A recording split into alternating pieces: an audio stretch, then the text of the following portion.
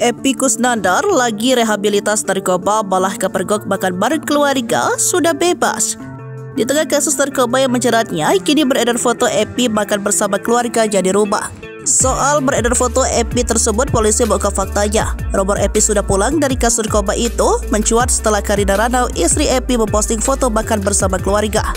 Soal foto tersebut, polisi akan bicara. Kasat Narkoba Polres Jakarta Barat AKBP Indra Widi Panji Yoga pun memastikan bahwa Epy Kusnandar masih direhabilitas. Sehingga foto yang beredar di media sosial menunjukkan pemeran Kang Bos dalam sinetron preman pensiun berada di rumah tidak benar adanya.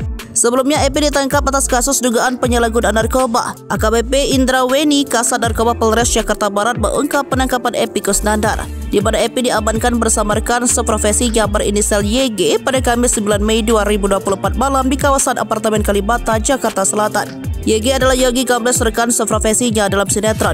Kemudian dalam penangkapan, polisi berhasil menemukan barang bukti narkotika jenis ganja dari salah satu pelaku. Epy sendiri ditetapkan sebagai tersangka atas penyalahgunaan narkoba jenis ganja Kamis 9 Mei 2024. Epy saat ini sedang dirawat di Rumah Sakit Ketergantungan Obat Jakarta.